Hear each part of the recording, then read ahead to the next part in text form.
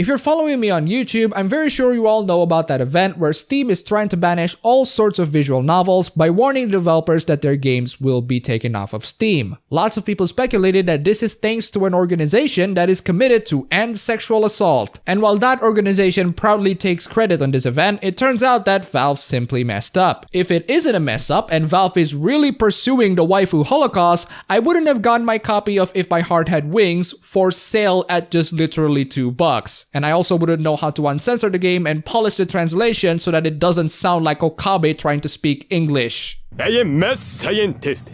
It's so cool. Son of a bitch. So all of that drama is pretty much done, but another drama that is brewing right after that is a game called Active Shooter, a game where you can take the role of a school shooter, shooting the living hell out of everybody. The game was supposed to be released at June 6, but it was subsequently removed from Steam. Now I would put the argument, why the hell would you remove this game from Steam when Hitman Blood Money can be turned into a mass shooting simulator, but it turns out that the game is removed not because school shooting is offensive, but because apparently the developers have a very shady history of asset flipping, manipulating user scores, and many other shady stuff. Sid Alpha did a video on it, I'll link to it down below. Ever since the removal of Active Shooter and the threats of a visual novel purge, Steam has been put in an awkward position, which is why they decided to update their policy. No, not that kind. And this policy is quite interesting indeed. Here's a blog post from Steam themselves talking about what kind of games that are allowed in the platform. The key point in this entire blog post is that Steam is pretty much going to allow every game on Steam, except those that can be considered illegal or games that are trolling. To me, this is pretty great. Yes, Steam is going to have tons of shovelwares and asset flips, but that also means that as long as those games abide within the contents of law, they are perfectly fine to have a platform on Steam. This is good news for all of the game developers out there, especially visual novel game developers that didn't even touch the hentai territory, or at least have to censor themselves in order to not touch the hentai territory. If you're a player, we shouldn't be choosing for you what content you can or can't buy. If you're a developer, we shouldn't be choosing what content you're allowed to create. Those choices should be yours to make. Our role should be to provide systems and tools to support your efforts, to make these choices for yourself, and to help you do it in a way that makes you feel comfortable. In other words, you decide what kind of content you want to see and what kind of content you want to develop. Steam is merely providing a platform for you to pick and choose. So if you're seeing asset flip games out there, you have the opportunity to report them to Steam. And if that doesn't work, just ignore them entirely and buy other games. So what does this mean? It means that Steam Store is going to contain something that you hate and don't think should exist. Unless you don't have any opinions, that's guaranteed to happen. But you're also going to see something on the store that you believe should be there, and some other people will hate it and want it to not exist.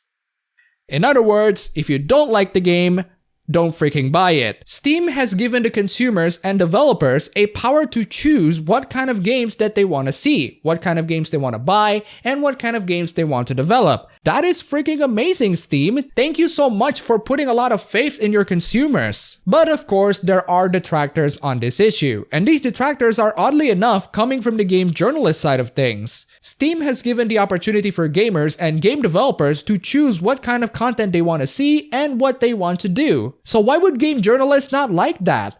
Well, I have a couple of articles here that talk about them, and one of the ways for us to understand this issue here is if we look at it in another perspective. And these journalists have certainly brought up very interesting perspectives on this issue. You know what else is interesting? My new patrons! Huge thanks to Chemical Serenity for the pledge on Patreon, you are fantastic! Anyway, let's get the most obvious target out of the way. Polygon, which is the video game journalism the same way Birdemic is the filmmaking. Valve gives up on responsibility. Anything goes as long as you give Valve a cut.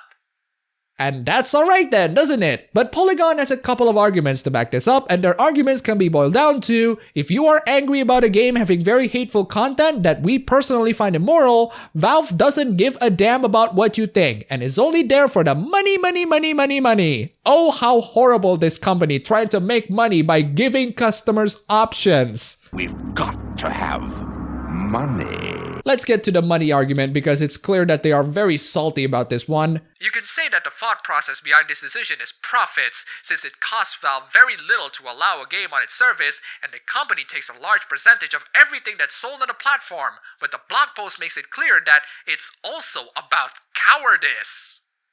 Now, a lot of you might be thinking, cowardice to do what exactly? Well, Polygon wants Valve to be some form of a content police, and that they have a responsibility to know what kind of games that are being put on Steam. They have a responsibility to know that a game like Active Shooter is being put on Steam for everyone to buy and enjoy. They should have the responsibility to remove this game immediately. The problem is, a game like Active Shooter, while incredibly tasteless, isn't really breaking any sorts of law, or at least in terms of the game's actual content. The real problem with Active Shooter is the people involved within the game and their tendency to cheat the system. The game's concept is no different to any other shooter, like the 2014's game Hatred, for example, which, thanks to you guys causing outrage over it, it has gotten tons and tons of sales despite it being a god-awful game. Or, like I said previously, Hitman Blood Money, where you can easily turn this game into a mass murdering simulator. Polygon seems to be on the mindset that Valve has a responsibility to curate their platform from hateful games, and the only way for them to know that they are hateful games on their website is if game journalists complain about them. If people get upset about the flood of abusive and hateful games that now by policy have a home on Steam, well, tough luck. It's your responsibility to not look at them if you don't like them. Valve doesn't want to have you to think about this stuff. It gets in the way of counting the money. From the perspective of pretty much everyone else, the idea of Valve giving you the ability to think for yourselves should be a great thing, but not to game journalists because they hate free will? Actually, the reason is very simple. The moment Valve says that your opinions on whether or not these games are hateful or tasteless doesn't matter, that's the moment where game journalists realize that they have basically no more power to convince Valve to censor or ban games that they consider to be hateful. And yes, that interpretation is correct, writer. If you find games that you consider abusive or hateful, tough luck. You have not a responsibility, a privilege to not look at the games that you don't want to see. If you don't like them, well, too bad. Valve doesn't give a single damn. And thanks to Valve not giving a damn, the best thing that you can do is to guilt them into giving a damn by telling people about how much of a money-hungry corporation they are, as opposed to a company who is pro-consumer and pro-developer, who gives them the ability to choose what kind of content that they like or not like to see or develop. God forbid these people have choice and freedom. We are here to control everything that they do. If you don't like it, well, that's your issue. There's plenty of money to be made selling games that seek to profit from hateful ideas and images, and it can only cost money to run your company with basic decency. This blog post isn't a statement, it's an excuse, and in 2018, it's a lazy excuse. Throwing the absolutely hard-hitting arguments there, Polygon. It's a lazy excuse in 2018. How unbelievably fake do you have to be to think that current year is going to convince anyone of anything? Putting the current year argument aside, you are correct, Polygon. There's plenty of money to be made selling games that seek to profit from hateful ideas and images. There's one tiny little problem though. Do you want to know the sorts of games that journalists consider to have hateful ideas in 2018? I can tell you straight away. It's every game. Kingdom Come Deliverance, Far Cry 5, God of War, Detroit Become Human, Agony. And there lies the huge problem from all of this. We have game journalists demanding Steam to take responsibility for games that have content that are abusive or hateful. The problem is, the content that they consider abusive or hateful seems to be something that can apply to pretty much every game. You just cannot win with these people. I now sympathize a lot with Valve basically going, screw it, we don't care about the games being put on Steam. If you don't like it, don't freaking buy it. Polygon seems to be on the mindset that Steam needs to take some steps in order to run your company with basic decency, but the huge problem here is game journalists, including Polygon, being unable to define what it's like to be a company that runs with basic decency. There is no way to please a game journalist, as every game will always come with some sort of a hit piece in why it's toxic or problematic or hateful. So why should Steam be obliged to conform into whatever ideals that they have, or whatever sorts of bizarre, unreachable standards that they have in order to be a company with basic decency. The next one is GameIndustry.biz, and the title and subtitle alone clearly shows the intent of the writer. Valve's new content policy is a gutless attempt to dodge responsibility. Companies' willingness to profit by selling racist, sexist, misogynistic games speaks volumes about its values. To be fair to GameIndustry.biz, this one is a lot better written and better structured, so anyone who gets into this article not understanding the full context can easily get into the mix, as opposed to Polygon, who just went straight into the rant mode. We will skip the necessary information bit and get into the criticisms. First, it meant active shooter, or a game like it, would probably be allowed in the storefront. There is nothing so racist, sexist, misogynistic, or reprehensible that Valve will step in and say, you know, maybe we shouldn't be helping these people spread their message and profiting from it in the process. If you have problems with hardcore pornography, that's going to be allowed in a lot of jurisdictions too. It's pretty much everything goes from here on out. Yes, absolutely correct. You have described how things should be. Games that are racist, sexist, misogynistic, or reprehensible are allowed on Steam. Do you know why?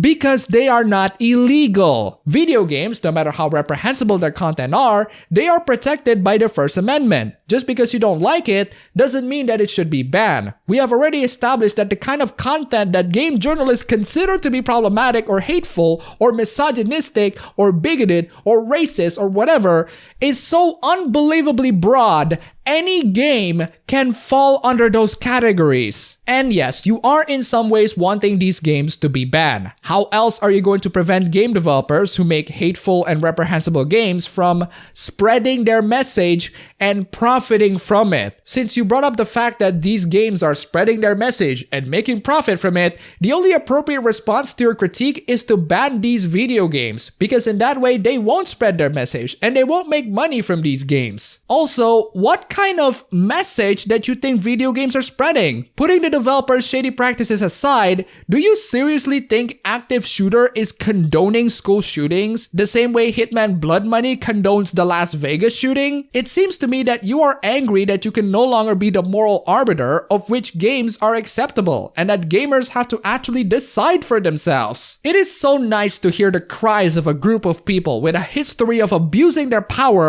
finally losing the grasp of whatever power they have. It is so nice that Valve decides that the power is with the people and not these unpleasable moral guardians. Now, the writer goes on to talk about how Valve's definition of legal can be really sketchy from country to country, which is true. And then we have games about trolling, which there are certainly tons of them still lingering around on Steam. The next bizarre point is this. Yes, the company values people having the right to create and consume content of their own choosing. It values that so much more than it values people who have survived a school shooting or people who have lost their friends and family members to them.